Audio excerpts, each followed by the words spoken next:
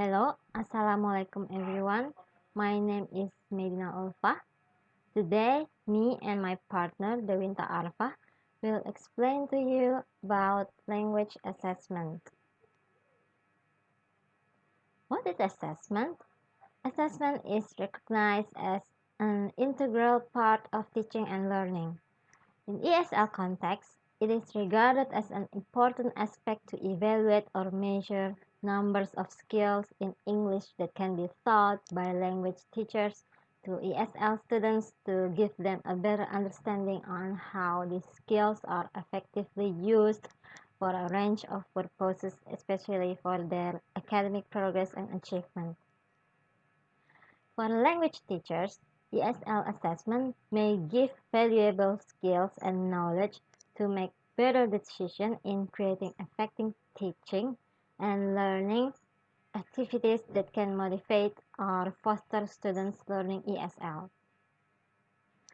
The implementation of ESL assessment needs to be clearly conducted to meet students' needs in learning ESL.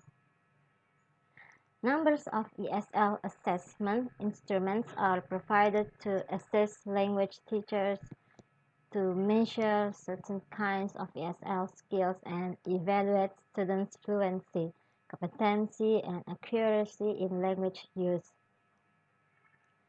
Overall, it might be said that ESL assessment is one of the most fundamental aspects in teaching and learning of language at schools level that provides a valuable knowledge and insight to develop students learning and teachers teaching ESL. The assessment of students' skills of ESL has become a fundamental aspect of teaching and learning language at schools level. It can be seen as the process of collecting the information about students to help language teachers in decision making about students' progress and language development. In ASL instructional context, assessment practice essentially focuses on the process of making efforts and contributions for students to improve language learning outcomes. To achieve this goal, it is expected that language teachers should have literacy and assessment concepts, knowledge or skills and strategies to assist students to achieve the higher level of language learning performance and achievement. This is also an essential aspect of developing students' language competences in relation to to acquire and learn English as a second language that involves the way language teachers evaluate students' performance in learning ESL and language aspects that needed to be assessed. Hence, ESL assessment practice should be implemented as a continuous evaluation in assisting language teachers to provide students with a better understanding on language learning. As a part of teaching and learning process at school levels, teachers need to conduct initial assessment of individual students in order to decide how learning should be effectively implemented in the classroom practice. As it claimed by Minchem 1995, ESL assessment can be administered to provide diagnostic information about students' learning needs. This information is essential for teachers to make appropriate decisions about what kinds of learning activities that serve students with clear and understandable objectives for language learning. In this way, teachers can provide students constructive feedback about students' progress, especially the ways in which students can improve their learning performance. Furthermore, ESL assessment might be very useful for teachers to plan the purpose of learning, and students should be encouraged to become directly involved in the assessment process to give them great opportunities in managing and evaluating their own learning. What is the function of language assessment? Assessment of language learning serves one or two functions, either to measure learners' proficiency without reference to a language course, or to measure to the extent to which they have achieved the goal of a particular program of learning. Within the latter function, it is usual to distinguish between formative and summative assessment.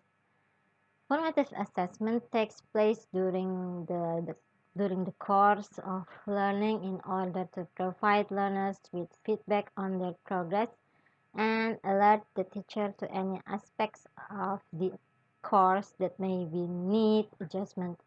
It is sometimes referred to as assessment of for learning. Summative assessment takes place at the end of the course and seeks to measure overall learning achievement. It is sometimes referred to as assessment of learning. Form of assessment usually takes one or two forms, either a test that can generate a score which can be translated into a statement about the learner's proficiency or achievement, or a compilation of evidence that illustrates what the learner can do in his or her target language. The evidence may take the form of written text, such as essays, letters, or other documents relevant to the learner's target repertoire, or recordings in audio or video which demonstrate the learner's oral capacities. It is often presented in portfolio. Alternative forms of assessment like portfolios have three advantages over tests. Evidence may be collected under non-threatening conditions, which gives it greater validity as evidence of a learner's true ability. Evidence may be derived from the performance of real-world tasks that have been identified as particularly important for the learners in question, and there is greater potential to judge learners' performance holistically and thus to focus on their underlying ability to complete tasks successfully. There are different types of language testing, which is language proficiency tests. Proficiency testing measures a person's level of skill in a language, independent of how they learn it, whether someone grew up speaking Spanish or took lessons as an adult.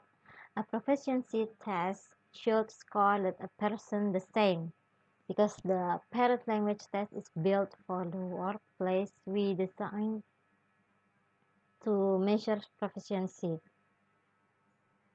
Aptitude test. An aptitude test does not measure how well someone uses a specific language, but how well they acquire language skills in general.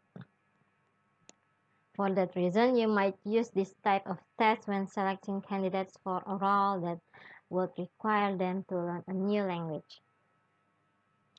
Diagnostic test. Proficiency tests usually provide a general assessment of a person's full language skill set. In contrast, diagnostic tests identify specific strengths and weaknesses within that skill set. Use this type of test to identify specific ways to improve. Placement and achievement tests. These tests are used exclusively in language learning environments. A placement test measures skills in order to group similarly skilled learners together. An achievement test measures a learner's progress over a period of time. There are four main skill forms in language assessment, which is very important, and those are speaking. Speaking refers to the expression of language, either vocally or through signs or gestures. It is the most commonly required skill in the workplace. Very few positions do not require speaking in some form. To test speaking, a person is asked to speak in the testing language, usually in response to prompts. Depending on how the prompts are delivered, a speaking test may also require those being tested to listen or read, but not necessarily in the language being tested. Listening. Simply put, a listening is the reception of speech. A listening test is different from a hearing test in that a hearing test measures how well your ears receive sound in general, not necessarily language. You can test listening by having someone listen to speech and demonstrate understanding. For that reason, a listening test almost always requires a minimum level of speaking or reading skill, but not necessarily in the specific language being tested. Writing. If speaking is the expression of thought through language, writing is the expression of language through symbols. A writing test gathers and analyzes writing samples, usually in response to prompts provided by the test. As far as language skill is concerned, there's no meaningful distinction between handwriting and typing. The last is reading. Reading is the interpretation of written language. A reading test provides passages of writing and gathers the test taker's responses, either to passage in general or to specific questions about the passages.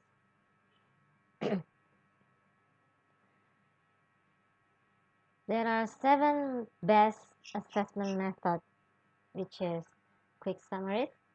Students can be asked to summarize important lessons or concepts. You can even add summary challenge using social media. For example, have them tweet their summaries. Challenge there is that the limit is 140 characters. Students must be concise and brief with their entries. Open-ended questions. These are content questions that really get students thinking about what they've learned. They can chat about or write their response. Use the essential question guide to help you form the right questions. Students interview. Think this is similar to think, pair, share, and happens at the end of the class. Groups of 2 or 3 students take a few minutes at the end of class to discuss what they've learned. Next, each student takes a turn interviewing the other. You can give them guiding questions like, what was the most useful thing you learned? What did you struggle most with? What will you ask for help with the next class? And then what can you do to help somebody else learn better? Or what's your learning goal for next class? Daily learning journals. This is a daily brief reflection exercise that lets students prioritize their experience in their own words on a personal level. As far as assessment tools go, this one that some students may resist since some may not enjoy writing daily reflections. If so, offer up some alternatives. Peer teaching. Assessment tools used by other students are a great way to check for understanding. Students have truly learned a concept when they can teach it to other students. This can be done in groups of 2 or 3, but that's a recommended limit. Bigger groups require the kind of attention wrangling skills students don't yet possess. Quick draw showdown. This is one. This one is a fun competitive exercise. Square 2 students off against each other and have them quickly write down a sentence or draw a quick sketch of a learning concept. It works better if they are both using the same thing. When you say go, the fun begins. The first one to finish wins the quick draw. Self-grading. Students can use this one to grade their own progress. Have them give themselves a grade on the material covered. Afterwards, they must explain why they feel they've earned that grade.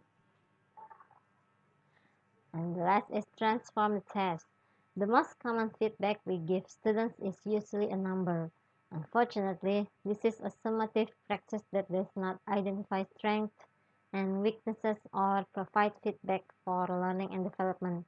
An example on how to change this is to shift our approach to quizzing and make it rich and collaborative learning opportunity, such as the students mark the quizzes themselves and then individually undertake the learning activity that reinforce the identified area of weakness.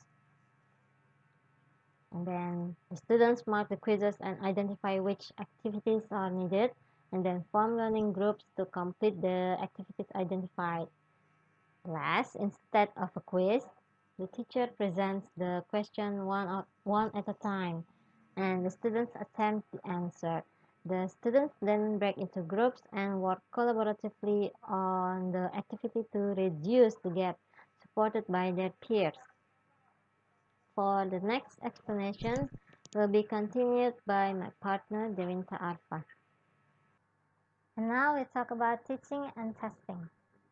Many language teachers harbor a deep mistrust of tests and testers since it is undeniable that a great deal of language testing is poor quality.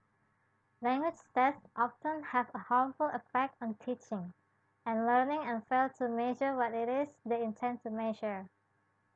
And number two is backwash. What is a backwash? Basically, backwash refers to the effect of testing on teaching and learning. This may be either harmful or beneficial. Harmful backwash, as the name suggests, are the negative effects to testing on the teaching and learning activities. And then we go to the need test. One conclusion drawn from understanding why tests are mistrusted by language teachers and how this mistrust is often justified is that this might be better off without language tests. And then we go to reason for testing. Teaching is, after all, the primary activity. If testing comes in conflict with it, then it is testing that should go, especially when it has been admitted that so much testing provides inaccurate information. And now we go to kinds of tests and testing. Number one is proficiency test. Proficiency test means having sufficient command of the language for the particular purpose, designed to measure people's ability in a language regardless of any training they may have in that particular language. It is based on the specification of what the candidates have to be able to do in language in order to be considered proficient. Number two is achievement test. In contrast to proficiency tests, achievement tests are directly related to language course, their purpose being establish how successful individual students, groups of students, or the courses themselves have been achieving the objective. There are two kinds of achievement tests. A is final achievement and B is progress achievement. What is final achievement?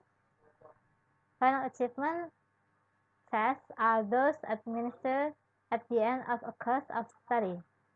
They may be written and administered by ministries of education. And B is progress achievement tests. The tests that are intended to measure the progress that the students are making. One alternative way of measuring progress would be establishing a series of well-defined short-term objectives.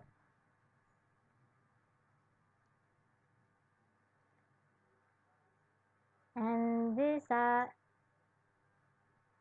assessment compromise the basic purpose. And that is number one, checking the student progress, and that is initial assessment, is done at the beginning of the course and tries to identify the student's particular strengths and weaknesses. And also formative assessment is done throughout the course in order to check the student's progress. Also, summative assessment is designed to find out what students can and cannot do at the end of the course. Number 2 is reinforcing the students. Learning such as self-control, learning from errors, and taking their learning seriously. And number 3 is evaluating the teaching or learning process. And that is, the approach is correct, the aims of the course are appropriate, the materials used are good, and the assessment itself is done properly. And here are general characteristics. A is validity.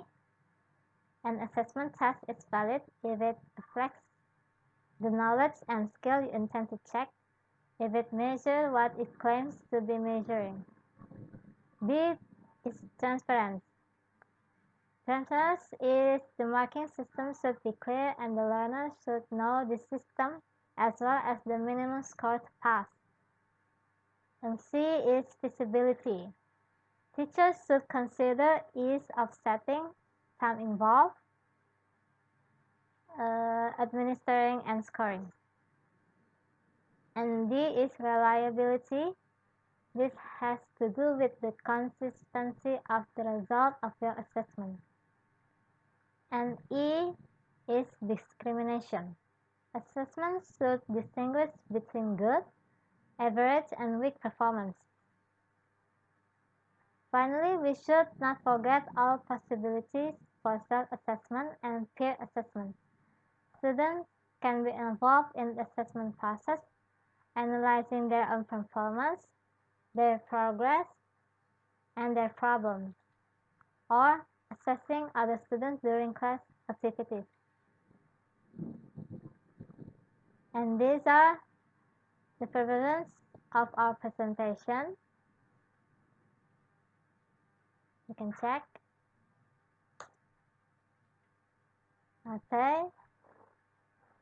Okay, that's all from us. We hope it's useful and thank you.